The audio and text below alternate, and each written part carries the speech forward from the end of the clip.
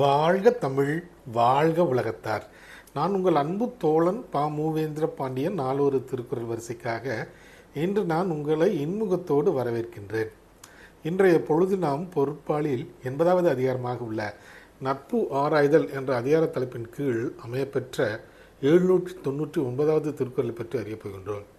நட்பு ஆராய்தல் என்பதற்கு நல்ல நட்பினை ஆராய்ந்து தேர்வு செய்தல் என்ற பொருளில் இந்த அதிகாரத்தின் தலைப்பு அமையப்பெற்றுள்ளது. இப்பொழுது நாம் 799வது திருக்குறளுக்கு செல்வோம்.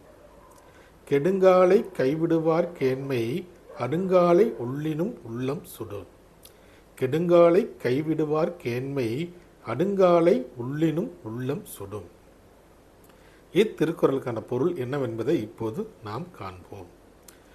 துன்பம் வந்த வேளையில் நம்மை விட்டு சென்றோரின் நட்பினை நாம் இறக்கும் தருவாயில் எண்ணி பார்த்தாலும் கூட அது நம் உள்ளத்துக்கு மிகுந்த துன்பத்தை தரும் என்பது இத்திருக்குறளுக்கான பொருளாகும்.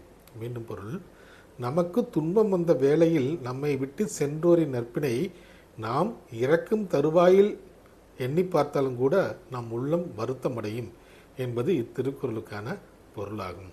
ஆம் தோழர்களே, நமக்கு துன்பம் வந்த வேளையில் நம்மை விட்டு செல்வோரின் நட்பினை நாம் அறவே கைவிடுவோம். நன்றி, வணக்கம், ஜெய் ஹிந்த்.